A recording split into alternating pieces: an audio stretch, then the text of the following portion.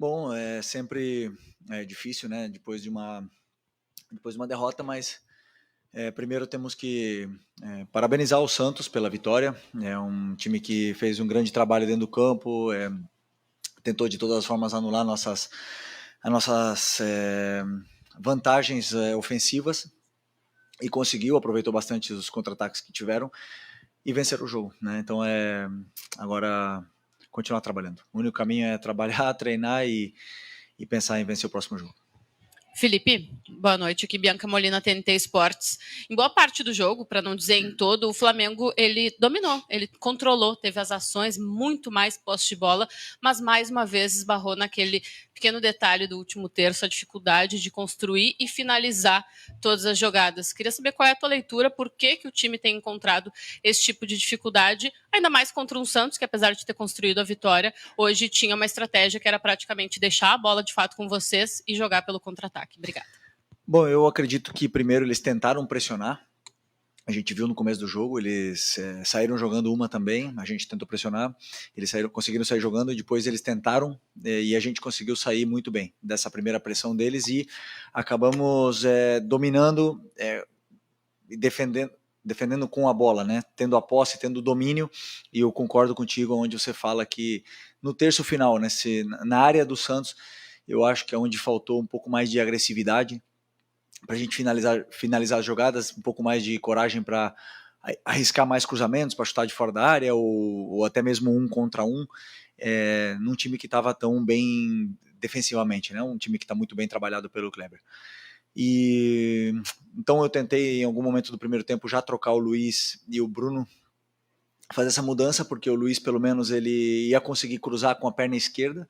Tentei isso, mas mesmo assim o Santos estava bloqueando bastante nossos movimentos e nossos cruzamentos e as nossas entradas na área, e acabamos que criamos esse volume, mas não conseguimos converter isso em ocasiões, em chances de gol, né? Então agora vamos analisar realmente o que podemos fazer de diferente para poder superar esse tipo de defesa. Felipe aqui, Isabelle Costa do canal Gold. É óbvio que tem um carinho ali por parte de você com o Neymar, até deu para ver muitas movimentações e interações dele com você.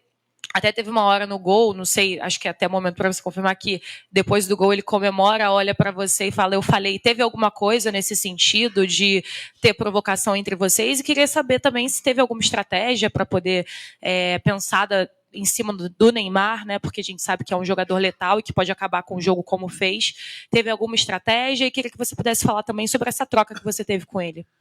Bom, um jogador extraordinário, um grande amigo, ex-companheiro de seleção, tenho uma amizade muito grande, muito boa com ele, e é um privilégio para o futebol brasileiro que ele esteja jogando aqui novamente, né? Uma pena que hoje ele conseguiu decidir o jogo para o Santos, conseguiu.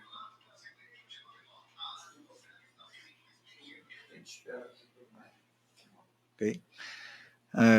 Ele conseguiu decidir o jogo para o Santos, um jogador que é determinante, um jogador que pega a bola e sempre faz alguma coisa, sempre faz uma jogada de perigo, de efeito, ou deixa algum companheiro na cara do gol.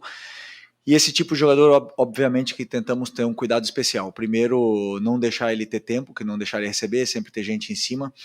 Mas ele, claro, é um jogador tão determinante, ele tira sempre o marcador que vem perto, ele tem uma visão de jogo muito boa e acaba sempre colocando o companheiro dele em vantagem, né? Mas, na verdade, o Santos criou mais chances, não foi assim, se não foi com nossas perdas da bola, né? Mais em transição, contra-ataques, momentos que a gente estava confortável, que a gente tentava acelerar a jogada, acabava forçando um passe, errando no meio, e acabamos sofrendo assim, né? E eu tentei corrigir isso no intervalo, tentei segurar um pouco mais o Varela, sempre, principalmente para tentar segurar essas investidas, que era a única forma que o Santos estava criando perigo na gente, mas infelizmente no erro nosso eles conseguiram fazer o gol. Isso é futebol. Continuar insistindo em que nosso time tem que tentar se proteger bem desses contra-ataques, porque quando a gente tem muito tempo a bola, é a forma que o adversário tem de nos machucar. Boa noite, Felipe. Tudo bem? Sidão Marinho da Litoral News. Hoje você colocou o Wallace no segundo tempo. Queria te perguntar se na estratégia com o Wallace Era a minutagem que você já esperava? Se daria para dar um pouco mais de tempo para o jogador?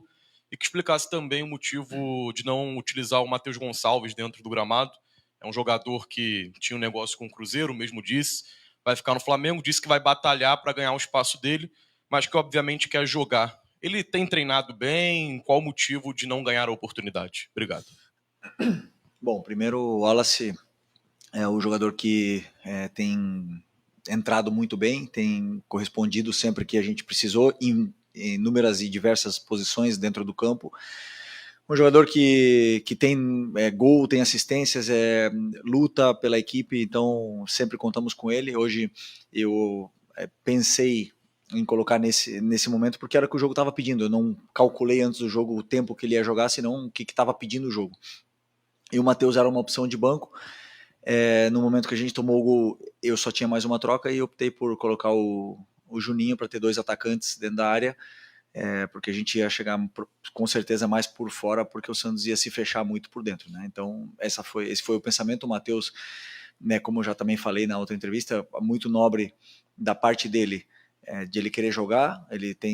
Essa semana ele treinou quase toda semana com o Sub-20, é um menino que sempre treinou bem, sempre treina bem. E agora, com essa sequência de jogos, com certeza ele vai ter oportunidades para poder demonstrar e falar no campo. Felipe, tudo bem? Boa noite. Gabriel Orfa, canal Paparazzo Rubro-Negro. Felipe, não tem como não te perguntar, hoje é o segundo jogo que o Pedro fica de fora, o Pedro não é relacionado. Eu queria saber um pouco de você, como é que foi a semana, o que rolou durante a semana. A gente teve notícias de uma possível reunião entre vocês, interna no grupo. Eu queria saber como foi a semana, o motivo, novamente, da ausência do Pedro, e se agora que o Bruno Henrique está suspenso contra o Fluminense, tomou o 3º amarelo hoje, se você conta com o retorno do Pedro para o fim de semana. Obrigado.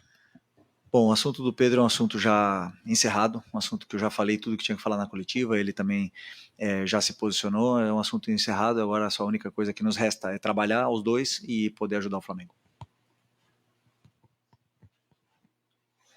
Felipe, apesar de ser um assunto encerrado, só quero uma questão que não tem nem muito a ver com o Pedro, tem mais a ver com o departamento de futebol. O jogador soltou uma nota, na nota ele se mostra totalmente chateado com o departamento de futebol por aquela conversa vazada de um membro do departamento de futebol oferecendo um jogador num valor muito abaixo até do que a gente costuma pensar em uma venda dele do Flamengo.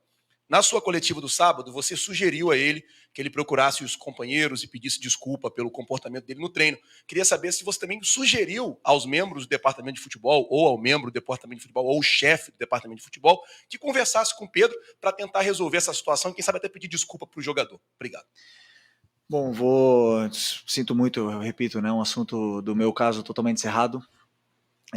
Prefiro não opinar sobre isso é um assunto para o pessoal da diretoria, para você fazer diretamente para eles. Sobre isso, da minha parte técnica, o que eu falei já está totalmente encerrado. Felipe, aqui, tudo bem?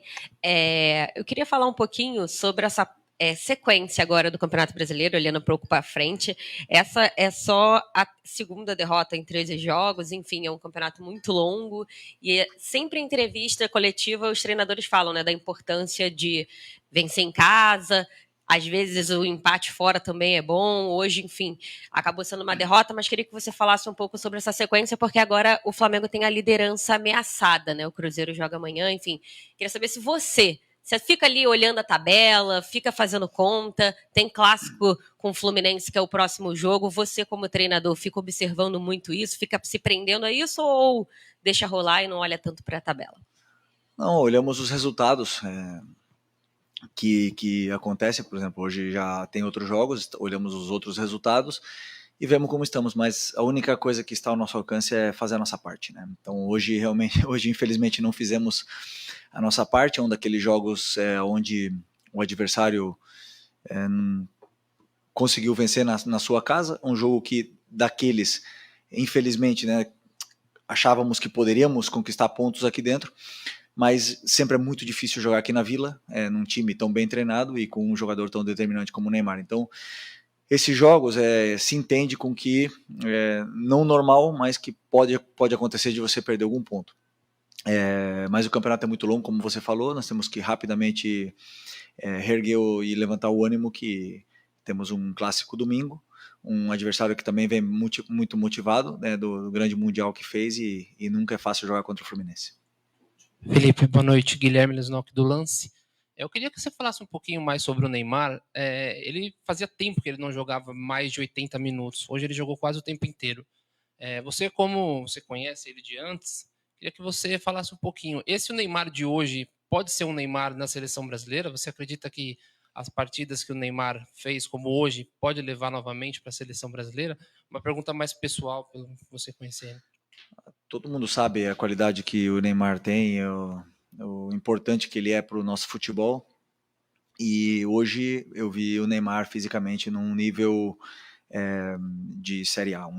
A gente via nos duelos, via nas recomposições, até mesmo ele defendendo e pressionando os nossos zagueiros, coisa que não vinha fazendo antes dessa pausa, né? É claro, normal depois de tanto tempo parado. Acredito que uma lesão tão grave, tão séria como a que ele teve, sempre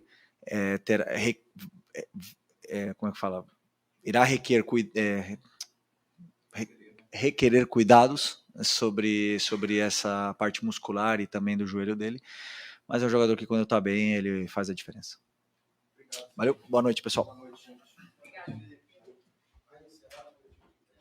Ouviu?